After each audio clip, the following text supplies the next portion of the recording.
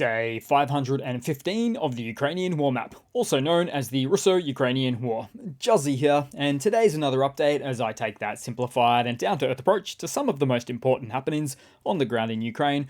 So we'll kick things off with having a look at the latest stats again, as starting off, Russia now sits on more than 241,000 military personnel losses, which represents an additional 630 as of the last 24-hour reporting period. Then as for hardware, 11 tanks, 9 APVs, 29 artillery, and 3 air defense systems.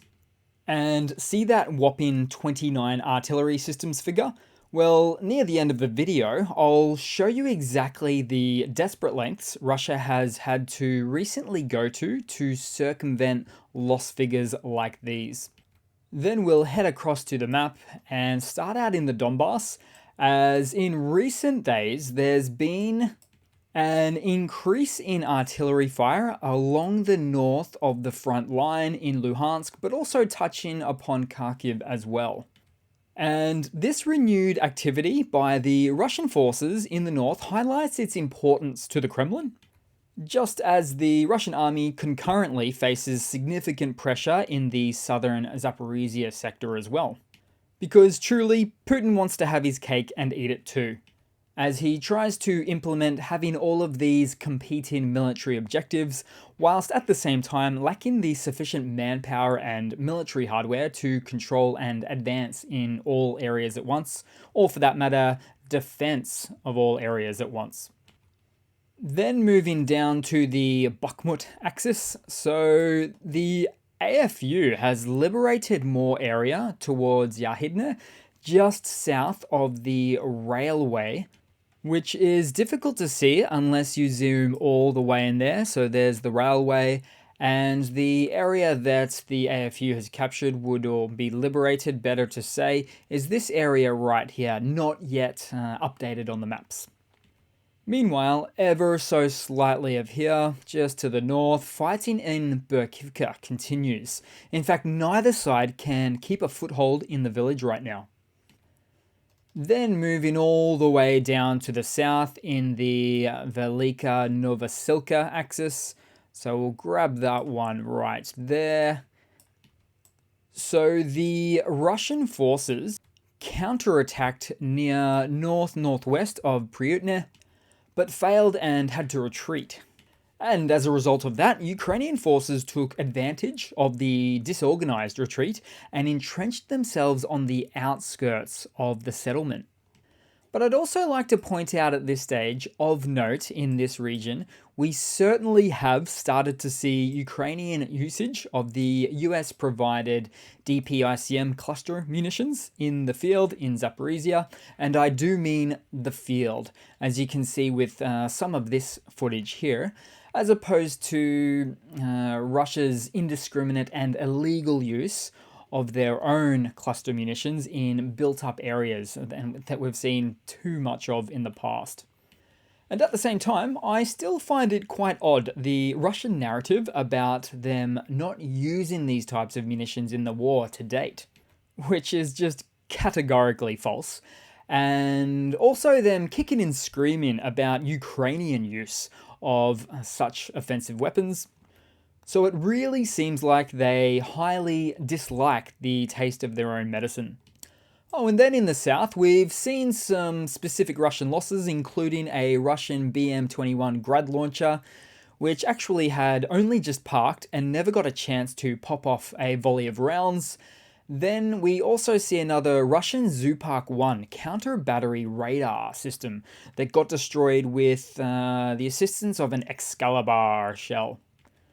And the Russian army are already in lack of those expensive counter-battery systems, and they're very important in artillery warfare. But having said all of that, I've seen a lot of reports and information up until this point to suggest that the Russian army doesn't use these systems very effectively. And in some cases, they're instead leaving these systems dormant in the field and not utilizing them at all. And the reasons of which seems to come down to a few things, including not the least of which is a lack of training, of sufficient training on these platforms, and also a lack of communication between commanders, artillerists and these counter-battery radar platform operators themselves. And even the recently demoted Russian Major General Ivan Popov complained about exactly that, lack of counter-battery measures. Yet, it seems the Russian MOD had enough of Popov's negative insights on the battlefield and decided to demote his rear end instead of actually fixing these types of problems. So can you imagine that? A Ministry of Defense not taking on board feedback or constructive criticism and banishing someone instead. And this is what I've always said about the Russian military up until now. For instance, if a Russian commander reports taking out 40 Ukrainian HIMARS systems, whether that's true or not, they get promoted. But if they instead mention the failings in the field that they've experienced, they generally get demoted.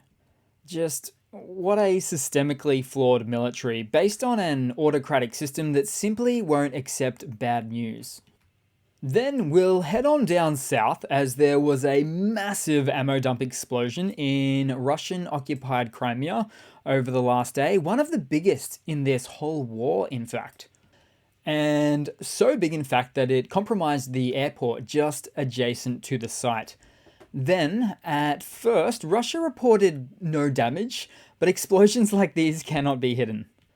So then later on, the Russian-installed government in the region updated their position to say that 2 Ukrainian drones hit the ammo dump and an oil depot in what they described as a kamikaze drone strike.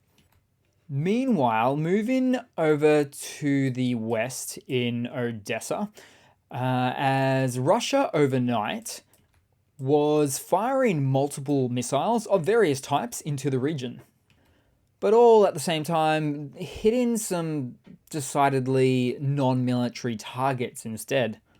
One was a part of a residential high-rise, and the other was in fact a cathedral, which was pretty much destroyed in the process.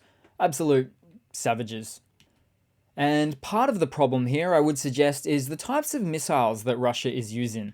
As currently, they're using some of their P-800 Onyx anti-ship missiles on land targets, which is extremely problematic for accuracy, as these missiles are instead designed to skim along the water at extremely low altitudes, no more than 10 or 15 meters until target destination. But also the speed profile and the trajectory makes these things incredibly inaccurate for land targets, as we could see today.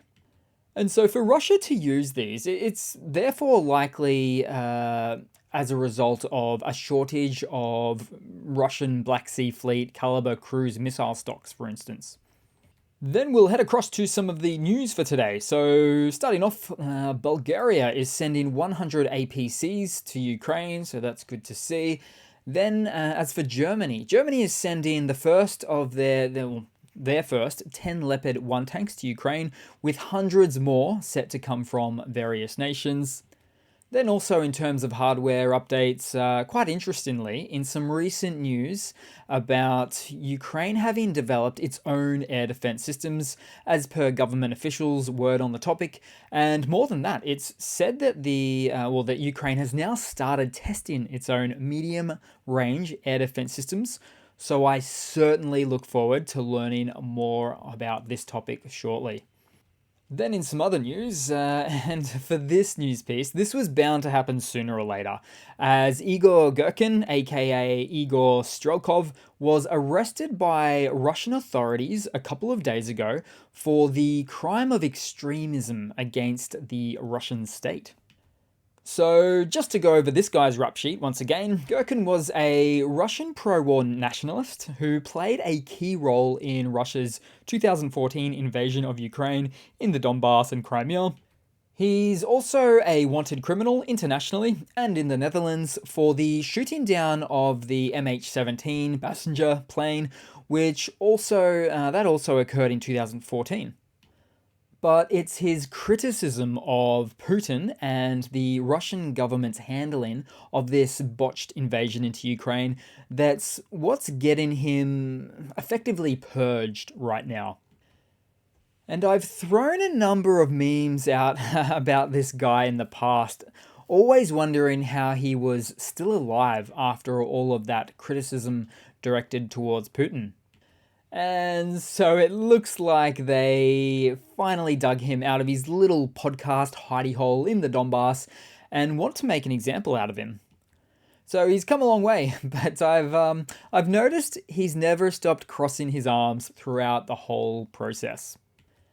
In fact, I do wonder if he ever thought it would come to this, choosing between a horrible Russian jail cell or a more deluxe Dutch jail cell instead. Tough choice for a Russian nationalist.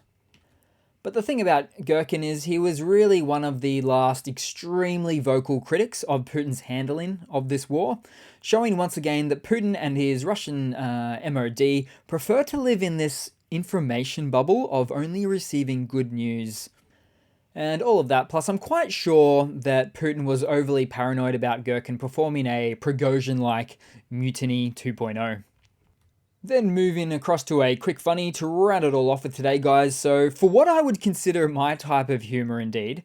So a Russian train was spotted transporting Grad MLRS, so the multiple launch rocket systems or artillery of sorts, towards the front line of Ukraine. But one problem I've noticed here, because these such systems are meant for parades instead, which is clearly identifiable given how they're painted in the parade scheme, particularly noticeable with the wheels there.